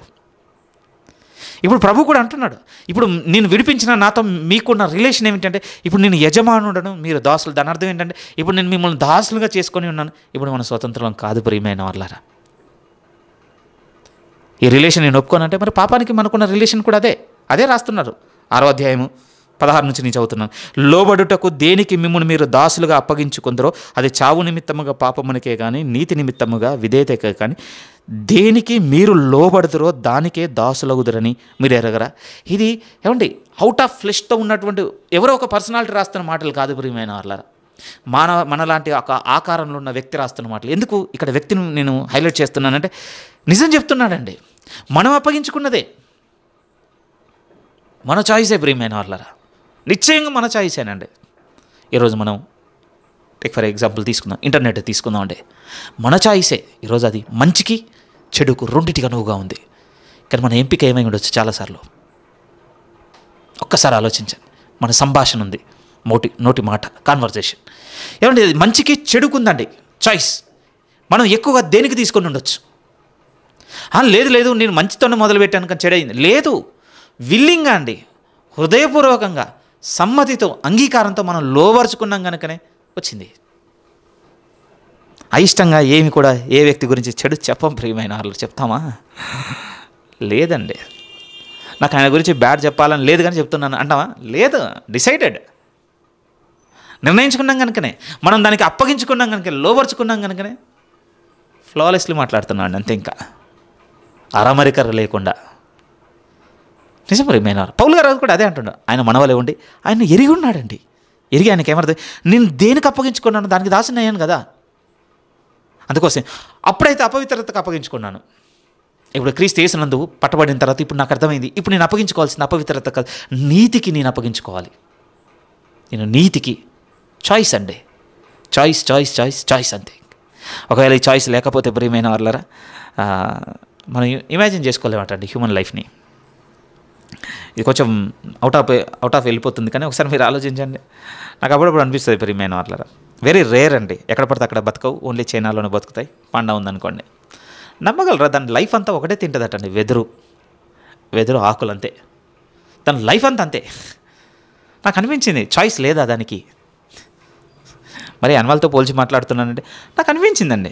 ఎట్ ద సేమ్ టైం పిచ్చుకలు ఉంటాయి చూడండి, చిన్న పిచ్చుకలు తక్కువ అయిపోతున్నాయి. మీకు తెలుసా, చచ్చిపోయే లోపల 800 రకాల ధాన్యపు గింజల్ని తినగలుగుతుంది అటండి. అది నాకు ఆశ్చర్యం అనిపించింది. దానికి అంత ఎందుకు, దీనికి ఇంత ఎందుకు? అంటే ఈ రెండు మీ ముందుకు తీసుకురావడంలో నా ఉద్దేశం ఏంటంటే, చాయిస్ కనపడుతుంది ప్రియమైన వాళ్ళారా. చాయిస్ ఉందండి. ఒకవేళ అది లేకపోతే మనల్ని ఎక్కడ ఉంచుకోవాలో కూడా తెలియటం లేదు. పౌలు గారు కూడా అదే రాసుకుంటూ వస్తున్నారండి. ఆయన ఏమంటున్నారు అంటే, ఒకప్పుడు మనం దేనికి అప్పగించుకున్నాం? దుర్నీతికి, సాధనంలో అప్పగించుకున్నాం. ఇప్పుడు ఏమంటున్నారంటే, ఇప్పుడు నీతికి మనల్ని అప్పగించుకోవాలి. మీరు అదే రాసుకుంటే 16 లోబడుటకు దేనికి మిమ్మును మీరు దాసులుగా అప్పగించుకుందరో. ఇప్పుడు క్రీస్తులోనికి వచ్చిన తర్వాత ఏమంటుంది, ఇప్పుడు క్రీస్తుకు మిమ్మల్ని మీరు దాసులుగా అప్పగించుకోండి. ఏమవుతుంది దాసులుగా అప్పగించుకుంటే? మనకు సెల్ఫ్ రైట్ లేదు ప్రియమైన వాళ్ళారా. నిశ్చయముగా అడగవలసిందే ఉదయం లేవగానే. నిజమండి, ఈ ప్రార్థన అలవాటు చేసుకుందాం ప్రియమైన వాళ్ళారా. మీరు నా గురించి అడగండి, నేను మీ గురించి అడుగుతాను. కానీ ఇప్పటి నుంచి మనం అలవాటు చేసుకోవాల్సిన ప్రార్థన, నా యజమానుడా, నీ దాసునుగా ఐఎమ్ ఎట్ యువర్ సర్వీస్, నీ ముందున్నాను. ఈ దినము నువ్వు నాకు ఏం ఆజ్ఞాపిస్తావో అవి ఆజ్ఞాపించి నా ద్వారా జరిగించు. హానెస్ట్లీ అండి, అన్నీ మన పనులే, కానీ ప్రభు ఆజ్ఞతో జరిగే పనులు అవుతాయి ప్రియమైన వాళ్ళారా. అదే ఫ్యామిలీ నీడ్స్ అండి, అవే వర్క్ నీడ్స్ అండి, అవే సొసైటీ లైఫ్. ఎస్, కానీ ఆయన ఏం చేస్తాడంటే ఆయన ఆజ్ఞతో మన జీవితం నడిపిస్తాడు. బై ఫెయిత్ వెళ్దామండి అంతే. నేను అంగీకరిస్తున్నాను, ఇప్పుడు నేను పాపం నుంచి విడిపింపబడి ఉన్నాను, అంగీకరించి నీ ముందుకు వచ్చి ఒక మాట అడుగుతా, నా యజమానుడా, ఈరోజు నువ్వు నాకు అసైన్ చేసేటువంటి పనులు ఏంటి? చూడేది, మాట్లాడేది, చేసేది, వినేది, ఎవ్రీథింగ్ అండి. అదే కదా దాసుడు. యజమానుడు ఉన్నాడు అనుకోండి, బానిసత్వంలో లేవు కనుక చెప్పడం కష్టం, కానీ కనీసం మాట్లాడే రైట్ కూడా ఉండదండి. యజమాని వచ్చాడు అంటే హక్కు లేదు, అంతే. ఎంత గట్టిగా చెప్పొచ్చు ప్రియమైన, వారి ప్రాణం మీద కూడా వారికి హక్కు ఉండదటండి. కోపం బాగా వచ్చేసి యజమాని కొట్టి చంపేశాడు అనుకోండి, ఎవరు అడగడారో కూడా తెలుసా? నిజం ప్రియమైన వాళ్ళారా, ఎవరు అడిగేవారు కూడా ఉండారట. ఎందుకంటే వీడు దాసుడు, ఇక అయిపోయింది. ఇప్పుడు ప్రభు అంటున్నాడు, పాపం నుంచి విమోచించిన మీ ప్రభువుకు మీకున్న రిలేషన్ ఏమంటున్నాడు పౌలు గారు అంటున్నారంటే, ఇప్పుడు మనం దాసులము ప్రభువుకి. ఇన్ని రోజులు మనం కొంచెం స్వేచ్ఛగా బతుకుండొచ్చు ప్రియమైన వాళ్ళు, తెలియదండి. అందుకోసమే దేవుడు అజ్ఞాన కాలంను చూచి చూడనట్టుగానే విడిచిపెడుతున్నాడు. కానీ ఇప్పుడు కొంత తెలుసుకుంటున్నాం. తెలుసుకున్న విషయం ఏంటంటే, అవును, ఇప్పుడు ఆయన నాకు యజమానిగా ఉన్నాడు, నేను దాసునిగా ఉన్నాను, ఆయన ఆజ్ఞానుసారం నా జీవితంలోకి వెళ్ళాలి. వెంటనే ట్యూన్ అవ్వదు ప్రియమైన వాళ్ళ. మేబీ అనుకోవచ్చేమో, మొట్టమొదటిసారిగా మనల్ని కూడా ఒక స్లేవ్ మార్కెట్ నుంచి కొనుక్కొని రాగానే మనం కూడా మనకు రైట్ ఉంది, మనకు అది ఉంది, ఇది ఉందని మనం కూడా ఎదురుదాన్ని ఉండొచ్చాము. కానీ over a period of time అర్థమైపోతుందండి ఆ దాసునికి, నేను బందీనిక, నేను బందీని, లోపడవలసిన వాడిని. నిజమండి, ఈ యజమానుని కింద కొద్ది రోజులు నడిస్తే ఈయన కూడా అదే చూపిస్తాడు ప్రియమ. అర్థమైపోతుందండి. ఇంకెంత అర్థమవుతుందంటే, పాత యజమాని కంటే ఈ కొత్త యజమాని ఎంత శ్రేష్ఠుడని తెలిసిపోద్ది ప్రియమైన వాళ్ళారా. పౌలు గారు ముగింపు అదే రాశారు కదా. అప్పుడు మీరు లోబడిన వాని వలన వచ్చిన క్రియల ఫలం ఏంటి చెప్పండి? మరణమే కదా. అదే రాశాడండి కన్క్లూజన్లో 21, 22, 23లో 6వ అధ్యాయంలో. పాత యజమానికి మీరు లోబడిన ఆ యజమాని మీకు ఇచ్చినటువంటి రివార్డ్ ఏంటి చెప్పండి? మరణమే. కానీ ఈ యజమాని మాత్రం ఇస్తున్న రివార్డ్ ఏమిటంటే, ఈయన అంటున్నాడు, ఇది నిత్య జీవము. అందుకోసం ప్రియమైన వాళ్ళారా, దేవునికి బానిసత్వం అంట సంపూర్ణ స్వాతంత్రంతో సమానం అటండి. మనం దేవునికి బానిసగా ఉండడం సంపూర్ణ స్వాతంత్రంతో సమానం. కానీ దేవునికి దూరంగా బయటకు వచ్చి మనం సంపూర్ణ స్వాతంత్రంతో ఉండొచ్చు అనుకోవచ్చు. కానీ చెప్పాలి అంటే అది బానిసత్వేనండి. ఒక పరిశుద్ధ సేవకుడు కొన్ని సంవత్సరముల క్రితం నా హృదయంలో నాటబడిన మాట ప్రియమైన వాళ్ళ సేవకుడు అన్నాడు, రియల్ ఫ్రీడమ్ అంటే ఏంటి అని అంటే, మనకు నచ్చింది చేయట కాదట, మనకు నచ్చింది చేయకుండా ఉండుట. యేసుక్రీస్తు వారు, ఇగో నేను మీకు స్వాతంత్రమును అనుగ్రహించి ఉన్నాను గలతీ 5:1 చెప్పింది అదేనండి. ఇప్పుడు మనల్ని ఎక్కడ తీసుకొచ్చి పెట్టాడు ప్రభు అంటే, మనకు నచ్చింది చెయ్యకుండా ఉండే చోట. ఎందుకంటే అది ఫ్రీడమ్ కనుక, అదే ఫ్రీడమ్ కనుక. ఏమో ఈ మాట మీ హృదయానికి చేరగానే మీ హృదయం ఆనందించిందో లేదో, కానీ నాకు అర్థమవుతుంది దానికోసమే పౌలు గారు సాగుతున్నారు. అంగీకరిస్తే మనం కూడా సాగుతున్నాం. నచ్చింది చేశాం కనుకనే దేవునికి విరోధులం అయ్యాం ప్రియమైన వాళ్ళారా. ఇప్పుడు దాని నుంచి బయటికి రావాలి అని అంటే ఈయన స్వాతంత్రం ఏంటో తెలియదు, నచ్చింది చేయకుండా ఉండగలుగుతా. అదే చెప్తున్నాం. మొదటి రిలేషన్ ఏంటంటే, ఆయన మనకు యజమాని, మనం ఇప్పుడు ఆయనకు దాసులం. ఎందుకు ఈ రిలేషన్ వచ్చింది అంటే, పాపం యొక్క అధికారం కింద నుంచి మనల్ని విమోచించుకొని ఉన్నాడు. ఇప్పుడు ఆయన యజమాని అయ్యాడు, ఆయన రక్తమును పెట్టి మనం కొనుక్కున్నాడు, మనం విమోచించి ఉన్నాడు. ఇప్పుడు ఆయన యజమాని కనుక ఇప్పుడు ఆయనకు మనం దాసులుగా ఉన్నాం అనుకో, ఆ యజమాని దేని నుంచి మనం ప్రొటెక్ట్ చేస్తుంటాడు అని అంటే, మరణం కింద నుంచి మనం ప్రొటెక్ట్ చేస్తూనే ఉంటాడు. లేదా పాపపు అధికారం కింద నుంచి ఎప్పుడు వినిపిస్తున్నాడు. ఎందుకనంటే మీరు బాగా వినండి, ఒక యజమాని ఉన్నాడు, వచ్చాడు, మార్కెట్కి వచ్చాడు, ఒక వ్యక్తిని బానిసగా కొనుక్కున్నాడు అనుకోండి. కొనుక్కున్న వ్యక్తి మీద ఇంకొక వ్యక్తి వచ్చేసి లేదు లేదు నాకు హక్కు ఉంది అనడానికి ఇక వీల్లేదు. ఎందుకో తెలుసా, ఇతను బతికున్నంత కాలం ఏ యజమానికి అయితే అమ్ముడుపోయాడో ఆ యజమానికి దాసుడు అంతే. ఇంకొక యజమాని వచ్చి ఇతని మీద ప్రభుత్వం చేయడానికి ఇక వీలు లేదు ప్రియమే. ఇది మాత్రం అండి స్లేవరీ లాస్ అనుకోండి, ఒక విధంగా బానిసత్వపు నిబంధనలు ఇవి. ఇప్పుడు ఈయన మనం కొనుక్కొని ఉన్నాడు ప్రియమైన వాళ్ళారా. ఇప్పుడు మళ్ళీ పాపం వచ్చి లేదు లేదు నేను కూడా ఇతని మీద యజమానిగా ఉంటానంటే కుదరదు. ఎందుకంటే ఈ యజమాని అస్సలు ఒప్పుకోడు. కొంచెం బయటకు మనం బాగా వచ్చాం కనుక మీరు కూడా చూడండి, ఒక కంపెనీకి మీరు కాంట్రాక్ట్గా ఒక జాబ్లో జాయిన్ అయ్యారు, మీతో 1 or 2 years కాంట్రాక్ట్ రాసుకున్నారు అనుకోండి. మీరు ఒకసారి ఆలోచించండి, ఒక నిబంధన ఉంటుందండి, ఇది అయిపోయేంత వరకు మీరు రిలీవ్ అవ్వడానికి వీల్లేదు. దీన్ని ఏదో ఒక రకంగా మీరు సెటిల్ చేస్తేనే దాని గురించి మీరు ఆలోచించాలి. ఇది మీరు సెటిల్ చేయకుండా లీగల్గా దీనికి మీరు ఒక సొల్యూషన్ చూపించకుండా, మీరు ఎటువంటి ఇన్ఫర్మేషన్ లేకపోతే ఎలాంటి నిబంధన ఎటువంటి చేయకుండా మీరు వెళ్ళిపోతాను, నేను రిలీవ్ అవుతానంటే కుదరదు అంటుంది ప్రియమైన. ఎందుకంటే మనం పెట్టుకున్న లాస్ అలాంటివి. ఈ యజమాని ఎలాంటి వాడు అంటే, ఈయన అంత ఈజీగా ఈయన దాసులను వదులుకునేవాడు కాదు ప్రియమైన వాళ్ళారా. ఆయన ఏమంటాడు అంటే, తండ్రి అప్పగించిన దాంట్లో ఒక్కటి కూడా నశించిపోకుండా కాపాడుతున్నవాడటండి ఆయన. ఒక్కటి కూడా, ఒక నాశన పుత్రుడు తప్ప తండ్రి చేత తనకు అప్పగింపబడిన వారిలో ఏ ఒక్కరిని కూడా ఈయన కోల్పోయే యజమాని కాదండి. ఈయన అందుకోసం నమ్మాలి, పాపము మన మీద ప్రభుత్వము చేయదు. ఇప్పటి నుంచి మీకు నాకు ఉండవలసిన ఫస్ట్ సెన్స్ ఏమిటంటే, ఇప్పుడు నేను నా ప్రభువుకు నేను దాసుని అనగానే ఊరికే చెప్పుకోవడానికి కాదు, ప్రియమైన దాసుని బిహేవియర్ వచ్చేయాలి మనలోకి. ఆయన నిర్ణయాలు, ఆయన ఆలోచనలు, ఆయన ఆజ్ఞలు, ఆయన చెప్పినట్టుగా చేయడాలు, ఆయన వద్దనవి చేయకుండా ఉండడాలు ఎలా తెలుస్తుంది? యజమాని మాటకు దగ్గరగా ఉండుట అండి. యజమాని 4 కిలోమీటర్ల దూరంలో ఉన్నాడు, దాసుడు ఇక్కడ ఉన్నాడు. ఇప్పుడు యజమాని ఏదో చెప్తున్నాడంటే వినపడలేదు కనుక చేయలేదు. అదే యజమాని ఒకవేళ దాసుడు ఉన్న ప్రెమిసెస్లోనికి వచ్చాడు అనుకోండి, వెంటనే ఇలా రారా అనగానే వచ్చేస్తాడు. ఎందుకంటే యజమానుని మాట వినగానే నన్ను పిలుస్తున్నాడు అని అర్థమైంది, వెంటనే పరిగెత్తుతాడు. ఎందుకంటే ఇప్పుడు నా యజమానునికి నీ దాసుని వినాలి, ఇక్కడ కూర్చుంటాడు, ఇది చేయండి చేస్తాడు. అదే ఒక 2-3 కిలోమీటర్ల దూరంలో ఉండి యజమానుడు చెప్తుండొచ్చు, అరే నువ్వు రారా అంటే ఎవరికి వినపడుతుందని. అంత దూరంగా ఉన్నాం ప్రియమైన వాళ్ళారా మన దాసుని యజమానునికి. అందుకోసం ప్రభు ఏమంటున్నా, నా దగ్గరకు వచ్చేయండి, నా మాట వినండి. ఏం మాట్లాడతానంటే నేను ఆజ్ఞాపిస్తూ ఉంటాను మిమ్మల్ని యజమానిగా, ఇది చేయండి. అయ్యో నీ దగ్గర కూడా బానిసత్వేనంటే ఒక రివార్డ్ చెప్తున్నాడు ప్రియమైన. పాతదైతేనండి మరణము, కొత్తదైతే నిత్య జీవం. నేను ఇచ్చేటువంటి ప్రతిఫలం ఏమిటంటే నిత్య జీవం ఇస్తాను. ఈ యజమానిని వదులుకొని పోవద్దు ప్రియమైన వాళ్ళ. ఇది పోయిన వారం వరకు నడిచిందండి వాస్తవానికి.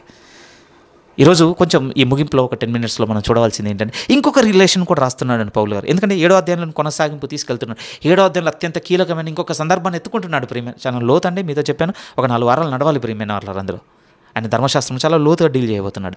ఏంటి పౌలు గారు 7వ అధ్యాయంలో ధర్మశాస్త్రం ఎత్తుకొని ఆయన తీసుకొని రాబోతున్నటువంటి ఆలోచన ఏంటి అని అంటే, 6వ అధ్యాయం ధ్యానం ద్వారా మనకు ఏమర్థమైపోయింది అని అంటే, అమ్మయ్య ఇప్పుడైతే పాపం యొక్క అధికారం కింద నుంచి నేను విడిపింపబడ్డాను కనుక ఇక నాకు ఏ నియమ నిబంధనలు లేవు. ఎందుకు ధర్మశాస్త్రం ఈ కట్టుబాట్లన్నీ ఎందుకున్నాయి, ఇది చేయదు అనే కట్టుబాట్లన్నీ ఎందుకున్నాయి, నన్ను రిస్ట్రిక్ట్ చేయడానికి. కానీ ఇప్పుడు క్రీస్తులోనికి వచ్చేసిన తర్వాత ఇప్పుడు ధర్మశాస్త్రమే నా మీద, ఇక నేను ధర్మశాస్త్రంలోకి లోనైన వాడిని కాదు కనుక నాకు ఏ రిస్ట్రిక్షన్స్ లేవు కనుక నేను ఎలాగైనా ఉండొచ్చా. ఇలాంటి అభిప్రాయం కలిగినప్పుడు అండి అది 7వ అధ్యాయంలో పౌలు గారు తీసుకొని వెళ్తున్నటువంటి మాటలు. ఆ ఫస్ట్ స్టేట్మెంట్ చూడండి, సహోదరులారా మనుషుడు బ్రతికినంత కాలమే ధర్మశాస్త్రం అతని మీద ప్రభుత్వం చేయుచున్నదని మీకు తెలియదా? ధర్మశాస్త్రం ఎరిగిన మీతో మాట్లాడుచున్నాను. ఇంకొక రిలేషన్ బిల్డ్ చేసుకుని మాట్లాడుతున్నాడు. ఇది ఎందుకు తీసుకొని వస్తున్నాడు? ఇప్పుడు మనం మరణించేసాం కనుక ఇప్పుడు మనకు దేంతో టాటా చెప్పేసుకున్నాం, ధర్మశాస్త్రంతో మనం టాటా చెప్పేసాం కనుక ఇప్పుడు మనం విడుదల పొందేసాం. అంటే ఇక్కడ పౌలు గారి ఇంటెన్షన్లో అండి ఏంటి, ఈయన రాస్తున్నటువంటి ఈ ధర్మశాస్త్రాన్ని ఈయన రాస్తున్న ఈ మాటలో అర్థం ఏంటి బాగా వినండి.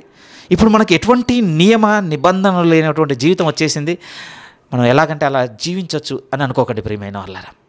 ఒక మాట చూపిస్తాను, మళ్ళీ పౌలు గారు రాసిందే, ఆ మాట చూసుకొని ఇక్కడికి వద్దాం. ఒకసారి తిమోతికి రాస్తున్నటువంటి 2వ పత్రికకు మీరు వస్తే ఇంట్రెస్టింగ్ కామెంట్ ఒకటి చేశారండి ఆయన. మీరు చూడండి, తిమోతికి రాస్తున్నటువంటి 2వ పత్రిక 2వ అధ్యాయం.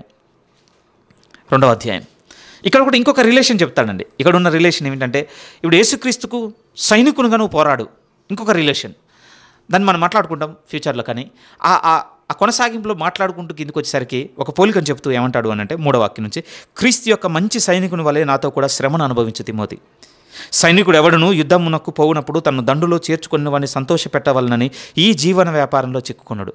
కానీ సంతోషపెట్టవాలని ఏం చేస్తాడు, యుద్ధ రంగమందు దిగి పోరాడుతుంటాడు. అదే కదా సైనికుడు చేయాల్సింది.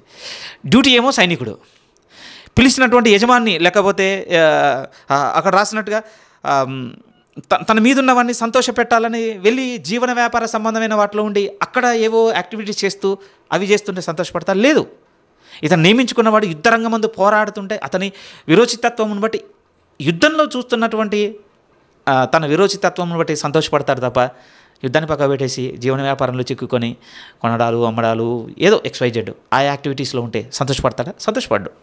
అలా చెప్పి వెంటనే 4లో అంటున్నాడు, సైనికుడు ఎవడను యుద్ధంలోకి పోవునప్పుడు తను దండులో చేర్చుకునేవాడిని సంతోషపెట్టవాలని ఈ జీవన వ్యాపారంలో చిక్కుకొనడు. మరియు జట్టి అయినవాడు పోరాడునప్పుడు, జట్టి అయినవాడు అంటే శూరుడు తను 5వ వాక్యంలో, మరియు జట్టి అయినవాడు పోరాడునప్పుడు నియమ ప్రకారము పోరాడకుంటే వానికి కిరీటము దొరకదు. వెరీ వెరీ ఇంపార్టెంట్ వర్డ్, నియమ ప్రకారము ముందండి మన ముందు. ఇప్పుడు ధర్మశాస్త్రమునకు మనం లోనైన వారము కాము అని అంటే ఇక మనకు ఎటువంటి నియమం లేదు, మనం ఎలాగైనా ఉండొచ్చు. అది కాదు ప్రియమైన అట్లా మనకి ఇప్పుడు ఏ ఆజ్ఞలు కూడా లేవు. మనకు ఉన్నది ఒకటే ఆజ్ఞ, ప్రేమించడం ఒకటే మనకు ఆజ్ఞ. ఇలా అన్నిటి తగ్గించి పొదుపుగా చేసుకొని మనం నచ్చినట్టుగా ఉండొచ్చు అనుకుంటున్నాం. కానీ ఒక నియమ ప్రకారం నడుచుకున్న బద్దలం ప్రియమైన వాళ్ళారా. అది 7వ అధ్యాయము సెకండ్ పార్ట్లో మనం వచ్చే వారం చాలా డీప్గా వెళ్తాం. ఏమండి ఇప్పుడు ధర్మశాస్త్రంలో లోనైన వారిని కాను కనుక నాకు ఏ నియమం లేదు అనుకోవడానికి లేదు. ఇంకా శ్రేష్టతలోనికి పిలవడ్డాం మనం. అందుకోసం పౌలు గారు ఏం తీసుకొస్తున్నాడు అంటే, ఇప్పుడు ఎంత కమిట్మెంట్ ఉండాలి, మనల్ని పాపపు అధికారం కింద నుంచి విడిపించిన యేసుక్రీస్తుకు మీకు నాకు ఎంత కమిట్మెంట్ ఉండాలి అని అంటే, భర్తకు భార్యకు మధ్య ఉన్నంత ఆ కమిట్మెంటు ఇప్పుడు క్రీస్తుకు మనతో వచ్చేయాలి అంటున్నాడు. నాకంటే మీకు బాగా తెలుసు ప్రియమైన వాళ్ళారా, ఒక మ్యారేజ్ రిలేషన్లో ఏం చూస్తారు చెప్పండి? మీరు నియమమును చూడరా? ఒక నిబంధన ఉంది. బైబిల్ దేవుడే చెప్పి ఉన్నాడు, మన దేవుడు. ఇది నిబంధనతో కూడిన జీవితం ప్రియమైన వాళ్ళారా. పురుషుడు ఏ రోజు కూడా అనుకోకూడదు, నాకు ఎటువంటి నియమం లేదు, నేను ఎలాగైనా ఉండొచ్చు భర్తగా. నెవ్వర్ అండి. ఒక భార్య ఏ రోజు కూడా అనుకోకూడదు ప్రియమైన వాళ్ళారా, నాకు ఎటువంటి, నేను నా పరిస్థితి ఏంటి, నా సోషల్ స్టేటస్ ఏంటి, లేకపోతే నా తెలివి ఏంటి, లేకపోతే ఇంకేమైనా పెట్టుకోండి, సరే బ్యాడ్ అయినా గుడ్ కూడా పెట్టుకోండి, నా భక్తి ఏంటి, నా ప్రార్థనా జీవితం ఏంటి, దేవుని పట్ల నా ఆసక్తి ఏంటి, వీటన్నిటిని బట్టి నేనేంటి ఇంత నియమం ప్రకారం నేనెందుకు ఉండాలి? నెవర్ అండి. అది కాదు అసలు. ఇంకా గట్టిగా వచ్చి మాట్లాడుకోవాలి అంటే నిజం అండి. సింగిల్గా ఉన్నప్పుడు ప్రియమైన ఎట్టి నియమంలో లేకుండా ఉన్నవారిని దేవుడు ఏం చేసి ఉన్నాడంటే, దాంపత్య బంధం ద్వారా ఒక దగ్గరికి తెచ్చి ఒక నిబంధన కింద వారిని టై చేసి చేశాడండి. అందులో ఏముందంటే ఒక టోటల్ కమిట్మెంట్ ప్రియమైన వాళ్ళరా. పురుషుడు స్త్రీకి కమిటెడ్, స్త్రీ పురుషునికి కమిటెడ్. పౌలు గారు రెండో రిలేషన్ అదే రాసుకుంటూ వస్తున్నాడు. ఇప్పుడు పాపం నుంచి మనల్ని విమోచించినటువంటి యేసుక్రీస్తు వారికి ఒకటి యజమానుడి దాసుని రిలేషన్ అయితే, రెండోది ఏంటో తెలుసా? ఒక భర్త ఒక భార్యకున్న రిలేషన్ రాసుకుంటూ వస్తున్నాడు. ఎందుకు రాసుకుంటూ వస్తున్నాడు? శారీరకమైన బంధంను చూపించడం కాదు ప్రియమైన, శారీరకమైన బంధంలో ఉండిపోయారు కనుకనే ఇంకా క్రైస్తవ కుటుంబంలో ఇంకా ఈ మనస్పర్ధలు అండి, అవగాహన లోపాలు ఇవి ఉన్నాయండి. రేపు నేను అన్న రోజు కూడా ఎదుర్కోవాల్సిందే. కానీ మీరు నేను నడవాల్సిన పరిపూర్ణత ఏమిటి అని అంటే, ఇప్పుడు ఆత్మ సంబంధమైన వైపు వచ్చి చూస్తే ప్రభు ఏమంటున్నాడు అంటే, ఒక నిబంధనకు కట్టుబడిన జీవితంగా చూడండి. అప్పుడు ఏమొస్తుందండి? ఒక టోటల్ కమిట్మెంట్ వస్తుందండి. ఒక సంపూర్ణముగా మేము ఒక విషయానికి ఏకీభవించి దేవుని చేత ముడివేయబడి ఉన్నవన్నంత ఒక లోతైన వెలుగు దొరుకుతుంది ప్రియమైన వాళ్ళరా. నిశ్చయంగా మాట్లాడాలంటే నిబంధన ఉందండి. మ్యారేజ్లో నిబంధన ఉంది. ఒక నియమ ప్రకారంతో కూడినటువంటి జీవన శైలి ప్రియమైన వాళ్ళరా. బైబిల్లో న్యూ టెస్ట్మెంట్లో ఉన్నటువంటి ఆ బ్యూటిఫుల్ ఫ్రైజ్ ఏంటంటే అన్యోన్య సహవాసం అనేసాడండి. నిజం. ఆ పదాల్లోనే చాలా అర్థత ఉంది ప్రియమైన వాళ్ళరా. అన్యోన్యత. మీరు ఆలోచించండి ఏ విధంగా మీతో చెప్పాలి. అప్పుడప్పుడు అనిపిస్తుంది ఈ విషయంలో కొంచెం పొగుడుతానేమో దేశభక్తిని కూడా. మీరు చూడండి ఒక్కసారి బార్డర్లో జాయిన్ అయిపోయిన తర్వాత అండి, బీఎఫ్ఎస్లో వేరే ఉంటుందండి వాళ్ళ అటిట్యూడే. వారు మాట్లాడే రీతి వేరుగా ఉంటుంది. మనం ఎక్కువ అనుకుంటుండొచ్చు, మరీ ఓవర్గాను ఏదో పెద్ద దేశభక్తుల్లో. కానీ నేను ఒకటి చెప్తా, ఒక నిబంధనకు టై అయ్యారు ప్రియమైన వాళ్ళారా వాళ్ళు. మీతో ఏమంటానంటే వాళ్ళ అప్రోచ్మెంట్ అంతండి. ఓకే, ఇప్పుడు మనం చూస్తున్నది వేరుగా వినపడుతుండొచ్చు అండి. కానీ నేనేమంటానంటే మనకు ముందు నుంచి తెలిసిన ఈ దేశభక్తి అన్నటువంటి ఈ పదం కింద ఉన్నదాన్ని చూస్తేనండి ఏమనిపిస్తుందండి, ఎంత నిబద్ధతతో కట్టుబట్టుకున్నారు వీళ్ళు దాన్ని. అలాంటి ఎక్స్పీరియన్స్ ఏం చూడలేదా ప్రియమైన వాళ్ళు? ఉన్నాయండి. సాక్రిఫైజెస్ ప్రియమైన వాళ్ళరా. అప్పుడప్పుడు అనిపిస్తుంది ఎంత మోటివేటెడ్గా అనిపిస్తుంది అంటే, మనకు తెలుసు నేను చెప్తుంది ఏమి ఫెయిరీ టేల్ కాదు. భర్త కోల్పోయిన తర్వాత కూడా మళ్ళీ వాళ్ళ గర్భాన పుట్టిన బిడ్డల్ని మళ్ళీ అదే ఫోర్స్లోనికి పంపించినటువంటి ఫ్యామిలీస్ కూడా ఉన్నాయండి. వై? ఎందుకు? ఒకసారి ఆలోచించండి ప్రియమైన వాళ్ళరా. ఇది ఖచ్చితంగా అండి ఒక నిబద్ధతకు లేకపోతే ఒక నియమమునకు కట్టుబాటును చూడటం లేదు అందులో. పౌలు గారు కూడా ఇప్పుడు ఏమంటున్నాడంటే, ఇప్పుడు క్రీస్తుకు మనకున్నటువంటి రిలేషన్ని రెండో వైపు రాసుకుంటూ వస్తే ఏమంటున్నాడంటే, భార్యను భర్తను ఆ రిలేషన్ ముందు తీసుకొని అంత కమిట్మెంట్ కావాలి. నిజం ప్రియమైన వాళ్ళారా. కొన్ని మాటలు పౌలు గారు రాసినవి కనపడుతుంటాయండి. అప్పుడప్పుడు అడుగుతూ ఉంటాను దేవుణ్ణి, ఇంకా పరిపూర్ణత నాకు చూపించు దేవా. ఒక మాట సరే, ఈ మాట చూడండి. కొరింథీయులకు రాస్తున్నాను మొదటి పత్రిక 6వ అధ్యాయం. నేను సమ్మరప్ చేస్తాను ప్రియమైన వాళ్ళారా. ఎందుకంటే ఈ రిలేషన్ గురించి అండి ఒకవేళ నేను విని అవగాహన చేసి మెడిటేట్ చేసిన ఎన్ని పంచుకున్నా కొంచెం ప్రియమైన వాళ్ళారా మట్టి పూత మీద వెండి పూతలానే ఉంటుందండి. ఎందుకంటే ఇన్ఎక్స్పీరియన్సే. లాస్ట్ వీక్ మీతో చెప్పింది మళ్ళీ అదే చెప్తాను. ఎక్కడో ఒకడ తేలిపోతుండొచ్చు అనుభవరాహిత్యం. కానీ నేనేమంటాను అని అంటే, పౌలు గారు వైపు వచ్చి చూస్తే కూడా ఆయనది కూడా అనుభవరాహిత్యమే, కానీ వెలుగు చూడండి ఎంతగా ఉందో. ఆయన ఇక్కడ కూడా రాస్తున్నాయి చూడండి. ప్రభు అంటే మనకు ఎంత కమిటెడ్గా ఉన్నాడో ఆయన చెప్పడానికి ఒక పదం వాడాడండి. ఆశ్చర్యం అనిపిస్తుంది ఈ పదాన్ని. మీరు చూడండి, కొరింథీయులకు రాస్తున్న మొదటి పత్రిక 6వ అధ్యాయం 13లో ఒక మాట ఉంది ప్రియమైన వాళ్ళారా. 13లో ఏమంటున్నాడంటే, భోజన పదార్థములు కడుపునకు, కడుపు భోజన పదార్థములకు నియమింపబడి ఉన్నవి. దేవుడు వాటిని నాశనం చేయును. దేహము జారత్వం నిమిత్తము కాదు, కానీ ప్రభువు నిమిత్తమే. ప్రభువు దేహము నిమిత్తమే. మీరు టోటల్ కమిట్మెంట్ చూడగలుగుతున్నారు మన పట్ల ఆయనది. నిజమే అండి. ఇప్పుడు నేను అడిగాము, నా దేహం నిమిత్తం నువ్వాట ప్రభా, ఏంటి ఈ మాట యొక్క వెలుగు? ఎందుకంటే హియర్ అండ్ దేర్ అండి, ఇంకా ఈ బాడీ మనదే అనుకుంటున్నాం, దీని మీద లైసెన్స్ మనదే అనుకుంటున్నాం, మనకు నచ్చినట్టుగా దీన్ని అన్నీ చేస్తున్నాం, ప్రియమైన వాడుతున్నాం, రూపుదిద్దుతున్నాం, కష్టపెడుతున్నాం, సుఖపెడుతున్నాం అన్నీ ఉన్నాయండి. కానీ మీరు నేను మర్చిపోయిన ఒక కమిట్మెంట్ ఏమిటంటే, ఈ దేహము ప్రభు నిమిత్తం, ప్రభు ఈ దేహం నిమిత్తం ఉన్నాడన్నటువంటి వెలుగు మనల్ని తాకలేదండి. కానీ పౌలు గారికి తాకింది. ఆయన అంటున్నాడు, నేను ఒక వెలుగుతో చూస్తున్నాను, ఇప్పుడు నా భర్తగా ఉన్న నా ప్రభు నాకు ఎంత కమిటెడ్గా ఉన్నాడు అని అంటే ఈ దేహం నిమిత్తం ఆయన. ఇలా అనిపించినప్పుడు అండి బాగా చూసుకోవాలి కదా దేవుడు. కానీ బైబిల్లో చదువుతున్నప్పుడు నాకు ఒక రోజు అనిపించింది, ప్రియమైన వాళ్ళు, ఇంత కమిటెడ్ అయితే ప్రభు ఆయన చలిలో వణకకుండా ఉండడానికి ఇంకొక జత బట్టలు ఎందుకు ఇవ్వలేదు ఆయనకి? తిమోతి పత్రికలో ఉంటుంది, ప్రియమైన వాళ్ళు ఏమని రాస్తాడో తెలుసా? నేను కర్పు దగ్గర నా అంగీని మర్చిపోయాను, నేనున్న ఈ ప్లేస్లో చలిగా ఉంది, నువ్వు వస్తున్నప్పుడు అంటే వాక్యపు చుట్టలతో పాటుగా ఆ అంగీని కూడా తీసుకురా అంటాడని. ఒకసారి చదువుదాం, బైబిల్లో చూస్తే మంచిది, ప్రియమైన వాళ్ళు మన కళ్ళతో. తిమోతికి రాసిన 2వ పత్రిక చాలా ఇన్స్పైరింగ్ వర్డ్ అండి. ఎందుకంటే ప్రభువు నా దేహం నిమిత్తం అనగానే నేను ఎక్స్పెక్ట్ చేసిన నేను ఇస్తాడని మీరు అసలు అనుకోవద్దు. ఆయన ఎక్స్పెక్ట్ చేసిందే ఇస్తాడు. ఎందుకంటే ఆయన కదా ఉన్నది ఈ దేహం నిమిత్తం. ఈ భక్తుని జీవితంలో ఒక అనుభవం చూడండి, ఎంత నిజంగా ద్రవిస్తుంది, ప్రియమైన వాళ్ళ మనసు ఈ మాటలు గుర్తొచ్చినప్పుడల్లా. ఈవెన్ చూడండి 4వ అధ్యాయం, తిమోతికి రాసిన 2వ పత్రిక 4వ అధ్యాయం 12-13 వాక్యాలు అంటున్నాడు, నీవు వచ్చినప్పుడు తిమోతి, నేను త్రోయలో కర్పునొద్ద ఉంచి వచ్చిన అంగీని, పుస్తకములను, ముఖ్యంగా చర్మపు కాగితములు తీసుకొని రమ్ము.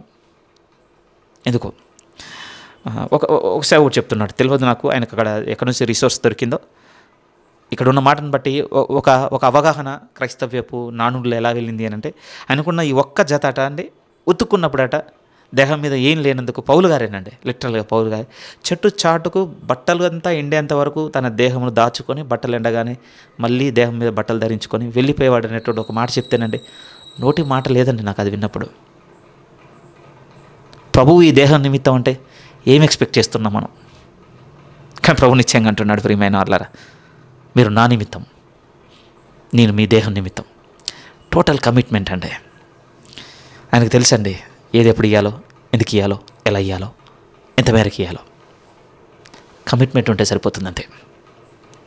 మేబీ ప్రియమైన వాళ్ళారా ఇది బ్రేక్ అవుతుండొచ్చండి మ్యారేజ్ లైఫ్లో. నేను భర్తకు కమిటెడ్, ఆయనకు తెలుసు నాకేమి ఇవ్వాలో, ఎందుకు ఇవ్వాలో, ఎప్పుడు ఇవ్వాలో, ఎలా ఇవ్వాలో. నేను డిసైడ్ అయిపోయాను, కమిటెడ్ అంతే. భర్త కూడా చూడాలంతే.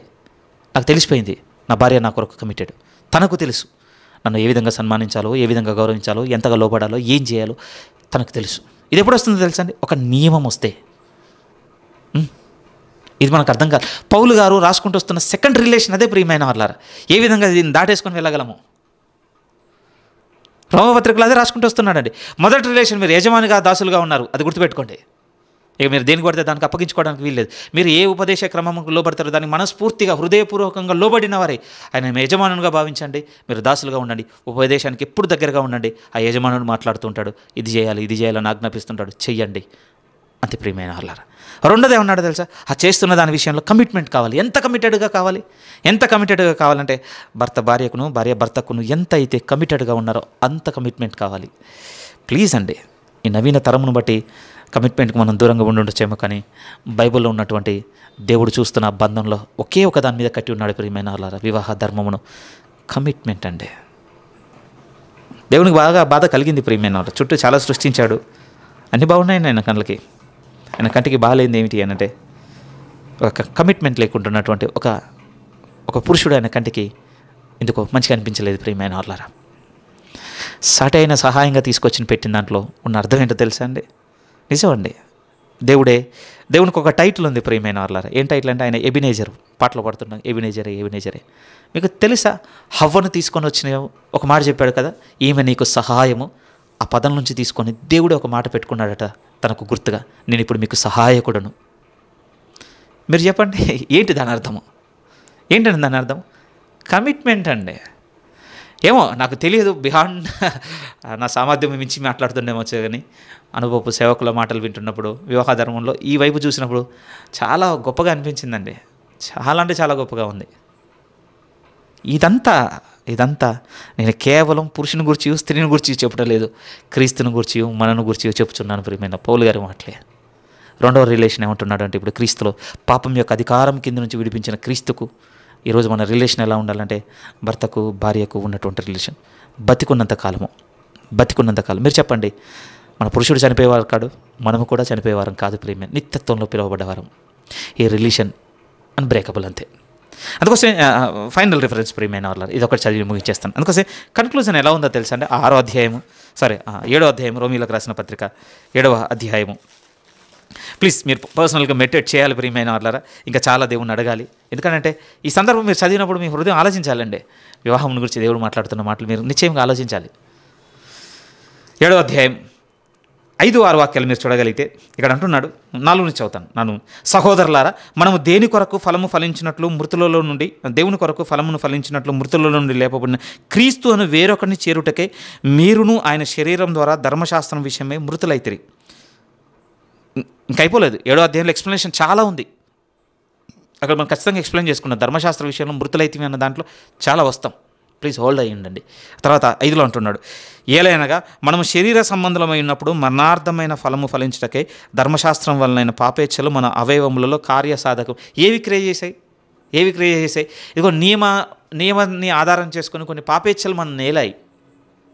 కొన్ని మీరు కూడా చూడండి, పిల్లల్ని ఆశ్చర్యం అనిపిస్తారు. ఒరే అటు వెళ్ళొద్దురా అంటే ఆ డైరెక్షన్ పోతుంటారండి. అప్పుడప్పుడు అనిపిస్తుంది చెప్పబోయినా బాగుండు, అది ఎక్కొద్దురా అంటే దాన్ని ఎక్కుతారండి. ఒక ధర్మశాస్త్ర సంబంధమైన పాపేచ్ఛ క్రియ చేయలేదా? ఇక్కడ ధర్మశాస్త్రం ఏం చెప్పండి, నువ్వు అది ఎక్కొద్దు, మనం పెట్టిన లా అండి, ఒక నియమం. కానీ మీరు చూసారు, ఆ నియమం నువ్వు ఆధారం చేసుకుని కొన్ని పాపేచ్ఛల పిల్లల్ని వెళ్తాయి ప్రియమైన. ఆశ్చర్యం అనిపిస్తుంది, ఇది చెప్పకపోయినా బాగుండా.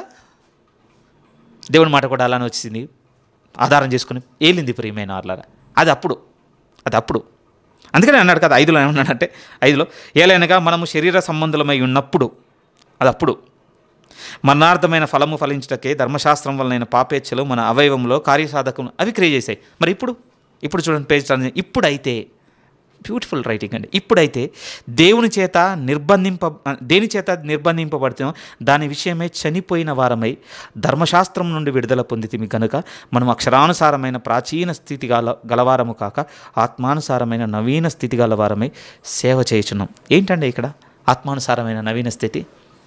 ఆయన యజమానుడు, నేను దాసుని, ఆయన నా భర్త, నేను ఆయనకు భార్యని. ఈ భావనతో ఇప్పుడు వర్షిప్ చేద్దామంటున్నాడు పౌలు గారు. ఒక విధంగా అండి జంప్ కన్క్లూజన్ అండి. 8వ అధ్యాయం ముగింపులో రావాల్సిన మాటలు. ఎందుకంటే 7-8 అధ్యాయాల గుండా తీసుకొని వెళ్ళి ఆ సంపూర్ణమైన విడుదలను ఆయన రాసేశాడు. కన్క్లూజన్ రావాల్సినవి ముందు తీసుకొచ్చి పెట్టాడు ప్రియమైన వాళ్ళ. నేను దాన్ని డిసార్డర్ అయిందని చెప్పడం లేదు, కానీ కన్క్లూజన్గా ఉంది. ఇప్పుడు ఇలాంటి సేవ చేద్దాం. ఈవెన్ 12వ అధ్యాయం 1వ వాక్యం కూడా ఇట్టి సేవ దేవునికి యుక్తమైంది, వర్షిప్లోనికి తీసుకుని వెళ్తున్నాడు. కానీ ఎంత ఆనందంతో చెబుతున్నమాట అంటే, ఇప్పుడు ఎంత గొప్ప బంధంలోనికి ప్రభు నన్ను వచ్చి కట్టాడంటే, ఇప్పుడు ఆయన యజమానుడు అయ్యాడు, నేను దాసునయ్యాను. దేవునికి స్తోత్రం. హ్యాపీగా క్లెయిమ్ చేసుకున్నాడండి, నేను క్రీస్తుకు నేను దాసుడను, నేను క్రీస్తుకు దాసును. సంతోషంగా క్లెయిమ్ చేసుకున్నాడు. పాపానికి దాసుడుగా ఉన్నప్పుడు సిగ్గునొంది ఉన్నాడు. అట్టి క్రియల వలన మనకు వచ్చిన ఫలం ఏంటి? సిగ్గునొంది తీయం కదా. కానీ ఈ యజమానుని బట్టి మాత్రం నేను సంతోషంగా ఏ చోటకు వెళ్ళినా నేను సాక్ష్యం ఇచ్చుచున్నాను, నేను ఆయనకు దాసునైనందుకు. రెండవది ఏమిటి అంటే, ఒక మంచి కమిట్మెంట్తో కూడిన రిలేషన్. ఆయన నాకు భర్తగా ఉన్నాడు, నేను ఇప్పుడు ఆయనకు భార్యని. ఏం దొరికింది? నేను ఆయన నిమిత్తం, ఆయన నా నిమిత్తము, మేమిద్దరం టోటల్ కమిటెడ్. నాకు ఏం కావాలో ఏం వద్దో ఆయనకు తెలుసు. అదే జరిగిందని ఆయన జీవితంలో. ఆయనకు రోగం కావాలనుకున్నాడు, ముళ్ళును పెట్టి ఉన్నాడు ప్రియమైన వాళ్ళ. ఆర్థిక ఇబ్బంది కావాలనుకున్నాడు, ఎవరి దగ్గర కూడా చెయ్యి చాచి అడగకుండా తన చేతులతో కష్టపడాలని ఆజ్ఞాపించాడు, అదే చేసి ఉన్నాడు. ఏమంటే కొన్ని సంఘాల నుంచి ఆదరణ కావాలనుకున్నాడు, ఫిలిప్ను ఇంకొక సంఘాలను పంపించి క్రీస్తు ఐశ్వర్యంలో ప్రతి అవసరం తీర్చాడు. జరిగాయండి. ఎందుకంటే ప్రభు ఆయన నిమిత్తం కనుక ఆయన చేయవలసిన. మరి ఈయన ప్రభు నిమిత్తం ఉన్నాడు కదా, ఏం చేసి ఉన్నాడు అని అంటే 7వ అధ్యాయంలో మనం చూడాల్సిందే ప్రియమైన. 8వ అధ్యాయంలో ఇలా చేసింది. ఇప్పుడు నేను ప్రభు నిమిత్తం కదా, ఇగో ఇది నా జీవితం అని నేను నడిపించుకున్నానని 7-8 అధ్యాయాలు అద్భుతంగా పోర్ట్రే చేశాడండి. చూద్దాం, కొన్ని వారాలు పడుతుంది ప్రియమైన వాళ్ళారా. ఈరోజు ముగింపు మాట ఏమిటంటే, ఇప్పుడు ఆయన పాపం యొక్క అధికారం కింద నుంచి విడిపించి ఉన్నాడు. ఫలితంగా ఏంటంటే ఒక రిలేషన్ బిల్డ్ చేస్తున్నాడు. ఆయన ఇప్పుడు యజమానుడిగా ఉన్నాడు, నేను దాసుని. ఆయన నాకు భర్తగా ఉన్నాడు, నేను అతనికి భార్యని. ఒక మంచి కమిట్మెంట్తో, ఒక మంచి ఒబీడియన్స్తో మన జీవితమును ప్రభులో నడిపించుకుందాం ప్రియమైన వాళ్ళారా.